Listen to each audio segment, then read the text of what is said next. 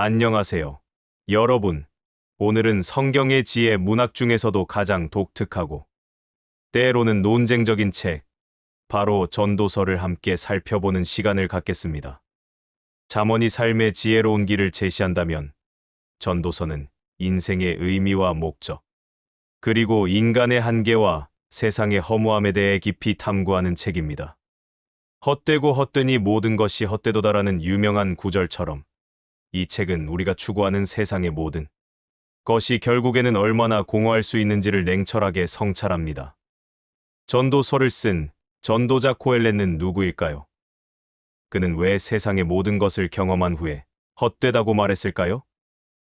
지혜, 쾌락, 명예 등 인간이 추구하는 모든 것이 왜 결국 허무함으로 귀결될까요? 그리고 이 모든 비관적인 통찰 속에서 전도서가 궁극적으로 우리에게 전하고자 하는 희망의 메시지는 무엇일까요? 오늘 우리는 전도서 12장 전체를 시간 순서대로 살펴보며 전도자의 냉철한 성찰과 고뇌, 그리고 그 모든 허무함 속에서도 발견되는 삶의 진정한 의미와 하나님의 변함없는 섭리를 깊이 있게 묵상해 볼 것입니다. 지금부터 허무함 속에서 찾는 지혜, 전도서의 세계로 함께 떠나보시죠. 전도서는 전도자 이브리어로 코엘렛이라고 불리는 한 인물이 자신의 경험과 관찰을 통해 인생의 의미를 탐구하는 형식으로 구성되어 있습니다. 1점. 전도자의 서론 헛됨의 선언 전도서 1에서 2장. 인생의 허무함 선언. 전도서는 전도자 곧 예루살렘 왕 다윗의 아들의 말씀이라 11로 시작하여 솔로몬을 저자로 암시합니다. 가장 유명한 선언, 헛되고 헛되며 헛되고 헛되니 모든 것이 헛되도다가 나옵니다. 헛되다 에벨은 수증기, 연기, 숨결처럼 잡히지 않고 사라지는 것을 의미하며 인생의 덧없음과 공허함을 표현합니다. 전도자는 해 아래서 수고하는 모든 것이 무의미하며 세대가 가고 오대 땅은 영원히 있다고 말합니다. 해는 뜨고 지며 바람은 불다 사라지고 모든 강물은 바다로 흐르지만 바다를 채우지 못하는 등 모든 것이 반복되고 변하지 않는 자연의 순환을 통해 인간의 수고가 얼마나 허무한지 보여줍니다. 새로운 것은 없으며 과거도 잊히고 미래도 잊힐 것이라고 말하며 역사의 무의미함까지 지적합니다. 지혜의 허무함. 전도자는 자신이 예루살렘의 왕으로서 지혜를 추구했던 경험을 이야기합니다. 그는 지혜가 많을수록 근심도 많고 지식을 더할수록 고통도 더한다고 고백합니다. 세상의 모든 수고와 지혜 추구도 결국 바람을 잡는 것과 같이 헛되다고 결론 내립니다. 쾌락의 허무함. 전도자는 쾌락을 추구해 보기도 합니다. 술을 마시고 큰 사업을 벌여 포도원을 만들고 정원과 못을 만들고 남녀종들을 사고 가축들을 모으며 은금과 각 지방의 보물들을 쌓아봅니다. 노래하는 남녀들과 첩들까지 두며 세상의 모든 쾌락을 경험합니다. 이 모든 수고와 쾌락을 통해 그는 어느 왕보다도 부와 명예를 얻고 원하는 모든 것을 누렸습니다. 그러나 이 모든 것을 다 해본 후에 그는 모든 것이 헛되어 바람을 잡는 것과 같으며 해 아래에서 무익한 것이로다 라고 고백합니다. 지혜, 미련, 수고의 허무와 지혜로운 자나 미련한 자나 결국 죽음 앞에서는 똑같이 망각된다는 사실에 전도자는 깊은 허무감을 느낍니다. 자신이 모든 수고를 통해 쌓은 재산을 결국 자신이 아닌 다른 사람이 물려받을 것이라는 생각에 회의감을 느낍니다. 인생의 모든 수고가 결국 헛되다고 결론 내리지만 그는 하나님께서 기뻐하시는 자에게는 지혜와 지식과 희락을 주시지만 죄인에게는 수고를 주셔서 재물을 모아 하나님을 기쁘시게 하는 자에게 주게 하신다고 말합니다. 2점. 정한 때와 삶의 역설 전도서 3에서 4장. 범사의 기한이 있음. 천하범사의 기한이 있고 모든 목적이 이룰 때가 있나니 라는 유명한 구절로 시작됩니다. 날 때가 있고 죽을 때가 있으며 심을 때가 있고 심은 것을 뽑을 때가 있는 등 28가지의 대조적인 때들을 나열합니다. 이는 인간이 아무리 노력해도 삶의 모든 것을 통제할 수 없으며 모든 일에는 하나님이 정하신 때가 있다는 것을 강조합니다. 하나님은 모든 것을 지으시되 때를 따라 아름답게 하셨고 사람에게 영원을 사모하는 마음을 주셨지만 하나님이 하시는 일의 시종을 측량할 수 없게 하셨다고 말합니다.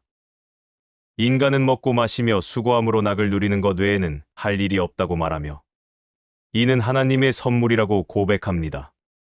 인생의 불공평과 압제. 전도자는 세상의 불공평함, 곧 정의가 있어야 할 곳에 악이 있고 공의가 있어야 할 곳에 불의가 있음을 관찰합니다. 그는 압제당하는 자들의 눈물을 보고 위로할 자가 없음에 절망합니다. 그래서 차라리 아직 태어나지 않은 자가 가장 낫고 이미 죽은 자가 살아있는 자보다 낫다고 말합니다. 모든 수고와 경쟁심이 헛되다고 말하며 손을 놓고 있는 게으른 자도 어리석지만 홀로 수고하며 친구 없는 자의 삶도 허무하다고 말합니다. 두 사람이 한 사람보다 나음은 그들이 수고함으로 좋은 상을 얻을 것임이라 고 말하며 동반자의 중요성을 강조하고 세 겹줄은 쉽게 끊어지지 않음을 비유합니다.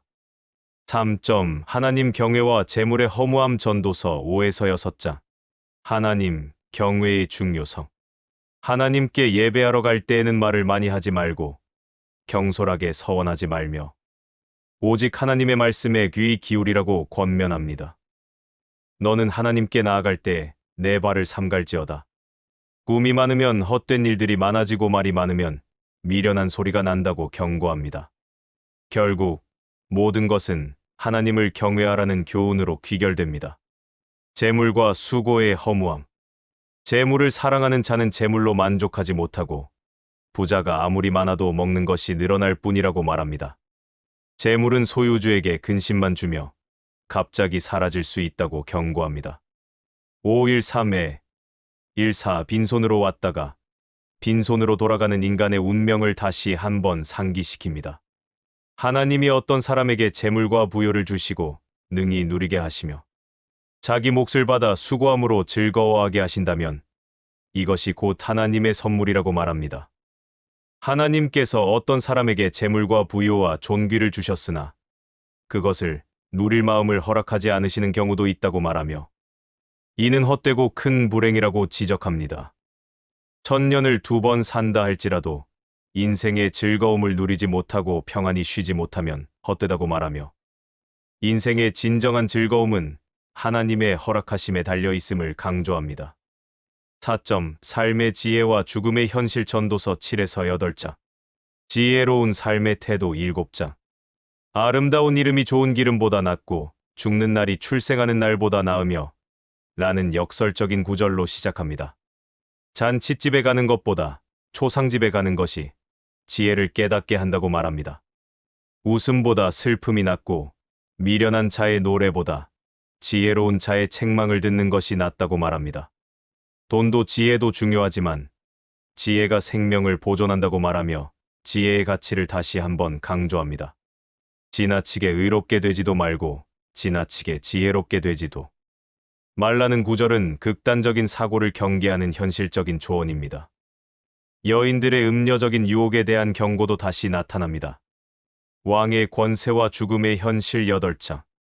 왕의 말을 순종하고 그의 앞에서 경솔히 행하지 말라고 권면합니다. 사람이 자신의 미래를 알 수 없고 죽음의 때는 피할 수 없음을 강조합니다. 세상에는 의인에게 닥쳐야 할 해악이 악인에게 닥치고 악인에게 닥쳐야 할 보응이 의인에게 닥치는 불공평한 현실이 존재함을 인정합니다. 전도자는 그래서 즐거워하고 먹고 마시는 것이 해 아래서 인생에게 유익하다는 결론에 이릅니다. 이는 인간이 할 수 있는 최선은 현재를 즐기는 것이라는 실존적인 태도를 보여줍니다. 하나님의 모든 일을 다 헤아릴 수 없음을 인정합니다. 5. 죽음의 필연성과 삶의 즐거움 전도서 9에서 10장. 모두에게 임하는 죽음 9장. 의인이나 악인이나 선한 자나 악한 자나 제사를 드리는 자나 드리지 않는 자나 모두에게 동일한 운명, 곧 죽음이 임한다고 강조합니다. 살아있는 자에게는 소망이 있다고 말하며 죽은 자는 아무것도 알지 못하고 보상도 없으며 그들의 기억도 잊혀진다고 말합니다. 그래서 너는 가서 기쁨으로 내 음식물을 먹고 즐거운 마음으로 내 포도주를 마실지어다. 이는 하나님이 내가 하는 일들을 벌써 기쁘게 받으셨음이니라 고 권면하며 인생의 즐거움을 놓치지 말라고 독려합니다. 지혜가 힘보다 낫고 전쟁보다 나음을 다시 강조하지만 가난한 자의 지혜는 멸시받을 수 있다고 현실을 직시합니다. 지혜와 미련의 대비 10장. 죽은 파리 한 마리가 향기로운 기름을 망치듯이 작은 어리석음이 큰 지혜와 명예를 망칠 수 있다고 말합니다. 미련한 자의 말과 행동이 얼마나 어리석고 파괴적인지 다양한 비유로 설명합니다. 지혜로운 자는 말을 조심하고 미련한 자는 함부로 말하여 자신을 망칩니다. 게으름과 나태함이 결국 파멸을 가져옴을 경고합니다. 1018. 지도자들에게 지혜로운 통치를 조언하며 말 한마디의 중요성을 강조합니다. 6점. 마지막 권면. 젊은 날의 창조주를 기억하라. 전도서 11에서 12장. 삶의 불확실성과 씨 뿌림 11장. 너는 내 떡을 물 위에 던져라. 여러 날 후에 도로 찾으리라.